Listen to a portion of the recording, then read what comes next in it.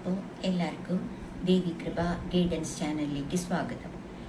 ഇന്നലെ അതായത് കഴിഞ്ഞ ഒരു ടോപ്പിക്ക് ഞാൻ എടുത്തത് കോൺസെൻട്രേഷനെ കുറിച്ചാണ്.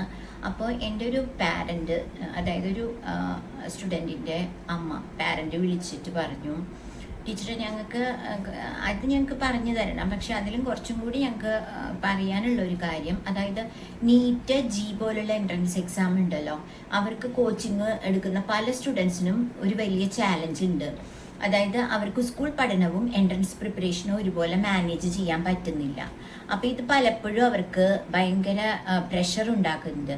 അപ്പോൾ അതിനാൽ സ്കൂൾ പഠനവും ഈ നീറ്റ് ജി പ്രിപ്പറേഷനൊക്കെ ഇല്ല, അതെങ്ങനെ ബാലൻസ് ചെയ്യാമെന്ന് ടീച്ചർ ഒന്ന് പറഞ്ഞു തരാമോ എന്ന് ചോദിച്ചു. അപ്പം ഞാൻ വിചാരിച്ചു അതൊന്ന് പറഞ്ഞിട്ട് നിങ്ങൾക്ക് ബാക്കി ഇപ്പം ഞാൻ ഇന്ന് എടുക്കാമെന്ന് വിചാരിച്ച ക്ലാസ് സ്റ്റഡി പ്ലാനിങ്ങിനെ കുറിച്ചായിരുന്നു. അപ്പം ഞാൻ വിചാരിച്ചു അവരുടെ ആ റിക്വസ്റ്റ് കൊണ്ട് ഞാനൊന്ന് ചെറിയൊരു ചേഞ്ച് നടത്തുകയാണ്.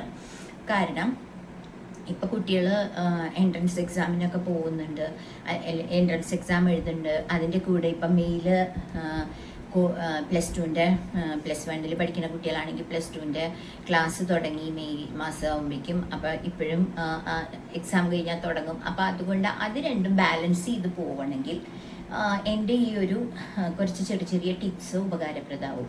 അപ്പോൾ അതുകൊണ്ട് ഞാൻ വിചാരിച്ചു ഇന്ന് അതെടുത്ത ശേഷം നിങ്ങൾക്ക് ഞാൻ ബാക്കി ആ എക്സാം ഫിയറിൻ്റെയും ഉള്ള നിങ്ങൾക്ക് ഇമ്പോർട്ടൻ്റ് ആയിട്ടുള്ള ടോപ്പിക്ക് എടുക്കാമെന്ന് വിചാരിച്ചു. അപ്പോൾ ഇന്നത്തെ ഒരു ഇത് ഞാൻ ആ ഒരു കുട്ടികൾക്ക് ഒരു പോസിറ്റീവായ ഒരു പഠനാന്തരീക്ഷം സൃഷ്ടിക്കാൻ പറ്റും, അതായത് ഇതെങ്ങനെ ബാലൻസ് ചെയ്ത് കൊണ്ടുവന്നെന്ന്. അപ്പോൾ ഇത് ഞാൻ മനസ്സിലാക്കിയെടുത്തോളം ആ പാരന്റ് ചോദിച്ചത് വളരെ ഒരു നല്ലൊരു ക്വസ്റ്റ്യനാണ്. കാരണം സ്റ്റുഡൻസ് അനുഭവിക്കുന്ന ആ പ്രഷർ, ആ നീറ്റ് ജി പ്രിപ്പറേഷൻ ചെയ്യുന്ന പല കുട്ടികളും വലിയൊരു പ്രഷറിലാണ്. കാരണം മോർണിംഗിൽ സ്കൂള്, ഈവനിങ്ങിൽ കോച്ചിങ്, നൈറ്റിൽ സെൽഫ് സ്റ്റഡി. അപ്പോൾ അവർ പറയുന്നത് എന്താണെന്ന് വെച്ച് കഴിഞ്ഞാൽ ടീച്ചറെ സമയം മതിയാകുന്നില്ല, അതാണ് അവർ പറയുന്നത്. പിന്നെ പറയുന്നത് എന്താ ടീച്ചറെ സിലബസ് വളരെ കൂടുതലാണ്. ഇത് സത്യമായിട്ടുള്ള കാര്യമാണ്. പക്ഷേ ഇമ്പോർട്ടൻ്റ് ആയിട്ടുള്ള കാര്യം എന്താണെന്ന് നിങ്ങൾക്ക് അറിയാമോ? അതായത് നമ്മൾ ശരിയായ പ്ലാനിങ് ഉണ്ടെങ്കിൽ നമുക്ക് പ്രഷർ വളരെയധികം കുറയ്ക്കാൻ പറ്റും. അപ്പോൾ ഞാൻ അതിനുള്ള കുറച്ച് ടിപ്സ് പറയാം. ഇപ്പം ഈ ഒരു പ്രഷർ ബാലൻസ് ചെയ്യാനുള്ള ഫസ്റ്റ് മെത്തേഡ് എന്താണെന്ന് വെച്ചാൽ സ്മാർട്ട് ടൈം പ്ലാനിങ്. ഫസ്റ്റത്തെ പോയിന്റ് കേട്ടോ, നിങ്ങൾ ശ്രദ്ധിച്ചോളൂ. അതായത് നീറ്റ് ജി സ്റ്റുഡൻസിന് ഏറ്റവും ഇമ്പോർട്ടൻ്റ് ആയിട്ടുള്ള ഒരു സ്കില്ല് തന്നെയാണ് ടൈം പ്ലാനിങ്. അതായത് സ്കൂൾ സിലബസും എൻട്രൻസ് സിലബസും പലപ്പോഴും സെയിം ടോപ്പിക് ആയിരിക്കും. For example physics, chemistry, biology, maths. അതുകൊണ്ട് സ്റ്റുഡൻസ് ഈ ഒരു തരത്തിൽ പ്ലാൻ ചെയ്താൽ, അതായത് ഫോർ എക്സാമ്പിൾ സ്കൂളിൽ പഠിച്ച ടോപ്പിക്ക് ഈവനിങ് കോച്ചിൽ സ്കൂളിൽ പഠിച്ച ടോപ്പിക് ഉണ്ടല്ലോ, അത് ഈവനിങ് കോച്ചിങ്ങിൽ റിവൈസ് ചെയ്യുക. കോച്ചിങ്ങിൽ പഠിച്ച ടോപ്പിക്ക് സ്കൂൾ എക്സാമിന് യൂസ് ചെയ്യുക. ഇത് ചെയ്താൽ ഡബിൾ വർക്ക് റിഡ്യൂസ് ചെയ്യാം. മനസ്സിലായി മക്കളെ? അതായത് ഒരു എക്സാമ്പിൾ ഞാൻ പറയാണ്, സ്കൂളിൽ പഠിച്ച ടോപ്പിക്ക് അത് ഈവനിങ് കോച്ചിങ്ങിൽ റിവൈസ് ചെയ്യുക. ഈവനിങ്ങിൽ കോച്ചിങ് ഉണ്ടാവില്ലേ, അവിടെ അത് റിവൈസ് ചെയ്യുക. അതേപോലെ തന്നെ കോച്ചിങ്ങിൽ പഠിച്ച ടോപ്പിക് ഉണ്ടല്ലോ, അത് സ്കൂൾ എക്സാമിന് യൂസ് ചെയ്യുക. ഇത് സെയിം ടോപ്പിക് തന്നെ ആയിരിക്കുമല്ലോ നിങ്ങൾക്ക്, കാരണം എൻട്രൻസ് എക്സാമിനും നിങ്ങൾ സ്കൂളിൽ പഠിക്കുന്നതും സെയിം ടോപ്പിക് തന്നെ ആയിരിക്കും. അപ്പോൾ ഇങ്ങനെ ചെയ്താൽ നിങ്ങൾക്ക് ഡബിൾ വർക്ക് റെഡ്യൂസ് ചെയ്യാൻ പറ്റും. അത് ഫസ്റ്റ് ഒരു മെത്തേഡ് കേട്ടോ. പിന്നെ സെക്കൻഡ് മെത്തേഡ് എന്താണെന്ന് വെച്ചാൽ ഷോർട്ട് സ്റ്റഡി സെഷൻ. അതായത് നീറ്റ് ജി പ്രിപ്പറേഷൻ വരുമ്പോൾ സ്റ്റുഡൻസിനൊക്കെ വലിയ അവേഴ്സ് കണ്ടിന്യൂസ് ആയി പഠിക്കാൻ ശ്രമിക്കും ഭയങ്കരമായിട്ട്. പക്ഷേ അത് ഇഫക്റ്റീവ് അല്ല. എന്താണ് ബെസ്റ്റ് മെത്തേഡാണ്? സ്റ്റുഡൻസ് വലിയ അവേഴ്സ് കണ്ടിന്യൂസ് ആയി പഠിക്കാൻ ശ്രമിക്കും, പക്ഷെ അത് ഇഫക്റ്റീവ് അല്ല. അതിനുള്ള ഒരു ബെസ്റ്റ് മെത്തേഡാണ് short focused study section. Short focused study section. അതായത് എക്സാമ്പിൾ ഞാൻ പറയാം, 45 മിനിറ്റ് നിങ്ങൾ പഠിക്കുക, 10 മിനിറ്റ് ബ്രേക്ക് എടുക്കുക. അപ്പം ഞാൻ ഇതിനു മുമ്പ് പറഞ്ഞ വീഡിയോയിലുണ്ട് ഈ ഒരു മെത്തേഡ് കോൺസെൻട്രേഷൻ ഇംപ്രൂവ് ചെയ്യുന്നു. ഞാനത് 20 മിനിറ്റ്സാണ് പറഞ്ഞത്, പക്ഷേ എൻട്രൻസ് എക്സാമിനൊക്കെ 25 മിനിറ്റ്സ് പഠിച്ചിട്ട് അല്ലെങ്കിൽ കുറച്ചും കൂടി ഒന്ന് കൂട്ടേണ്ടി വരും. കാരണം സിലബസ് ഒരുപാടുണ്ട്. അതുകൊണ്ട് 45 മിനിറ്റ് പഠിച്ചിട്ട് 10 മിനിറ്റ് ബ്രേക്ക് എടുക്കുക. ഇതാണ് നമ്മുടെ ഒരു ഷോർട്ട് ഫോക്കസ്ഡ് സ്റ്റഡി സെഷൻ എന്ന് പറയുന്നത്. 45 മിനിറ്റ് സ്റ്റഡി, 10 മിനിറ്റ് ബ്രേക്ക്. ഇതിൽ നിങ്ങളുടെ കോൺസെൻട്രേഷനും ഇമ്പ്രൂവ് ചെയ്യും. പിന്നെ തേർഡ് മെത്തേഡ് ഉണ്ട്, അതായത് വീക്ക്ലി പ്ലാനിങ്. ഡെയിലി പ്ലാനിങ് മാത്രം മതിയാവില്ല. ഡെയിലി പ്ലാനിങ് ചെയ്തിട്ട് വീക്കിലിയും പ്ലാനിങ് ചെയ്യാം.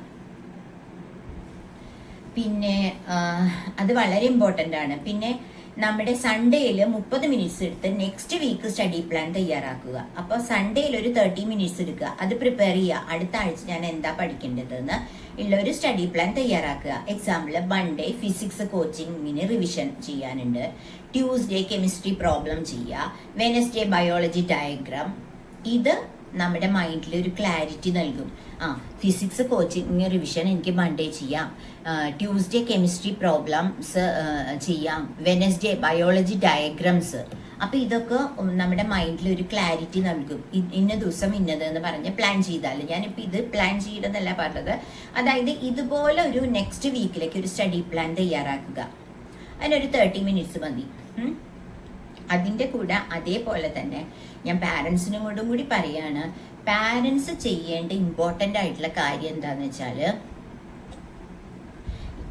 ഒരു മെയിൻ ആയിട്ടുള്ള ഒരു പാരൻസിൻ്റെ കുറിച്ചൊരു ഇമ്പോർട്ടൻ്റ് ആയിട്ടുള്ള ഒരു പോയിന്റ് പറയാം. പാരൻസ് പലപ്പോഴും അൺനോയിങ്ലി അവർ തന്നെ അറിയാണ്ട് പ്രഷർ ക്രിയേറ്റ് ചെയ്യാറുണ്ട് കുട്ടികൾക്ക്. ശരിക്കും പാരൻസ് ആണ് അവർക്ക് പ്രഷർ ക്രിയേറ്റ് ചെയ്യണേൽ. പാരൻസ് ഒന്നും വിചാരിക്കരുത് ഞാനും ഒരു പാരന്റ് ആണ്, കാരണം അതാണ് സത്യമായിട്ടുള്ള കാര്യം. പാരൻസിനെ കുറിച്ച് ഒരു ഇമ്പോർട്ടന്റ് പോയിന്റ് എന്ന് പറഞ്ഞാൽ, പാരൻസ് പലപ്പോഴും അൺനോയിങ്ലി അവർ പോലും അറിയാതെ പ്രഷർ ക്രിയേറ്റ് ചെയ്യാറുണ്ട്. കാരണം എക്സാമ്പിൾ ഞാൻ പറയാം, നമ്മുടെ അടുത്ത വീട്ടിലെ കുട്ടി നീറ്റിന് റാങ്ക് വാങ്ങി. ഉടനെ കുട്ടിയോട് പറയും, നീ കൂടുതൽ പഠിക്കണം കേട്ടോ, എന്നിട്ട് ആ കുട്ടിയുടെ പോലെ അല്ലെങ്കിൽ എനിക്ക് നാണക്കേടാന്നൊക്കെ. ഇങ്ങനെയുള്ള കമ്പാരിസൺ ഞാൻ കഴിഞ്ഞ ഇതിലും പറഞ്ഞിരുന്നു, കുട്ടികൾക്ക് ഭയങ്കരമായിട്ട് സ്ട്രെസ് ഉണ്ടാക്കും. അപ്പോൾ പാരൻസ് എപ്പോഴും ശ്രദ്ധിക്കേണ്ട ഒരു കാര്യം, encouragement is more powerful than pressure. നമ്മൾ കുട്ടികൾക്ക് ഇങ്ങനെ പ്രഷർ കൊടുക്കണേലും ഏറ്റവും നല്ലതാണ് എൻകറേജ്മെന്റ്. അവരെ പ്രോത്സാഹിപ്പിച്ചുകൊണ്ടേയിരിക്കുക. Encouragement is more powerful than pressure. അത് പാരൻസിനോട് പറയുന്ന ഒരു കാര്യമാണ് കേട്ടോ. പിന്നെ പാരൻസ് ചെയ്യേണ്ട ചില ചെറിയ കാര്യങ്ങൾ ഞാൻ പറയാം. കുട്ടികൾക്ക് ഒരു പീസ്ഫുൾ ആയിട്ടൊരു സ്റ്റഡി എൻവയറമെന്റ് നൽകുക. ഈ കുട്ടികൾ പഠിക്കുന്നതിൻ്റെ ഇടയിൽ മക്കളുടെ അടുത്ത് അത് പോയി എടുത്തുകൊണ്ട് വരും, ഇത് പോയി എടുത്തുകൊണ്ട് വരും, ഇതൊന്നും നിങ്ങൾ അവരെ ഡിസ്റ്റർബ് ചെയ്യരുത്. അവർ പഠിക്കുമ്പോൾ നിങ്ങൾ ശ്രദ്ധിക്കണം, അവർ പഠിക്കുന്നുണ്ടോ എന്ന് ശ്രദ്ധിക്കണം. കുട്ടികളുടെ കയ്യിൽ നിന്ന് മൊബൈൽ മാറ്റി വെക്കാൻ ശ്രദ്ധിക്കുക. പിന്നെ അവർക്ക് റെഗുലർ ആയിട്ട് ഒരു ബ്രേക്ക്, ഞാൻ പറഞ്ഞില്ലേ, ഒരു 45 മിനിറ്റ്സിന് ഒരു 10 മിനിറ്റ് ബ്രേക്ക് കൊടുക്കുക. അത് നിങ്ങൾ ശ്രദ്ധിക്കുക. പിന്നെ അവരുടെ ചെറിയ അച്ചീവ്മെന്റ്സ് ഉണ്ടാവില്ല, അതിനൊക്കെ നിങ്ങൾ മനസ്സ് തുറന്ന് കുട്ടികളെ അപ്രീഷിയേറ്റ് ചെയ്യുക. ഒരിക്കലും കമ്പാരിസൺ പാടില്ല. ഇത് കമ്പയർ ചെയ്യരുത്. കാരണം നമ്മൾ കുട്ടികളെ മോട്ടിവേഷൻ കൊടുത്താൽ അവർക്ക് കോൺഫിഡൻസ് കൂടുതലാണ് കിട്ടുക. അത് ചെയ്യാം. നമ്മളൊക്കെ പാരൻസ് എപ്പോഴും കുട്ടികൾക്ക് സപ്പോർട്ട്, മക്കളെ നിങ്ങളുടെ കൂടെ ഞങ്ങളുണ്ട്, നിങ്ങൾ പഠിക്കും, നിങ്ങളെ കൊണ്ടാവുന്ന പോലെ പഠിക്കും, ഞങ്ങൾ നിങ്ങളുടെ കൂടെ ഉണ്ട് എന്നുള്ള ഒരു മെന്റാലിറ്റി കുട്ടികളോട് കാണിക്കുക. ഓക്കെ, അപ്പോൾ കുട്ടികൾക്ക് ഒരു കോൺഫിഡൻസ് കൂടും. പിന്നെ കുട്ടികളെ എപ്പോഴും പഠിക്കുന്നതിന് മുമ്പ്, അത് ക്രിസ്ത്യാനി ആയാലും മുസ്ലിം ആയാലും ഹിന്ദു ആയാലും, ആ ഒരു ഒരു പവർ ഉണ്ടല്ലോ നമ്മുടെ, ആ ഒരു യൂണിവേഴ്സ്, അവിടെ ഒന്ന് പ്രാർത്ഥിച്ചിട്ടിരിക്കുക. അപ്പം എന്താണ്, കുട്ടികൾക്ക് നമ്മുടെ കൂടെ ദൈവം ഉണ്ട് എന്നുള്ള ഒരു പോസിറ്റീവ് മെന്റാലിറ്റി മനസ്സിൽ വരുമ്പോൾ അവർക്ക് കുറച്ചും കൂടിയും ഒന്ന് കോൺഫിഡൻസ് കൂടും. പിന്നെ ഇനി ഞാൻ ഒരു 7ാമത്തെ പോയിന്റ് ആയിട്ട് പറയണത്, ഇമോഷണൽ സപ്പോർട്ട് കുട്ടികൾക്ക് കൊടുക്കണം.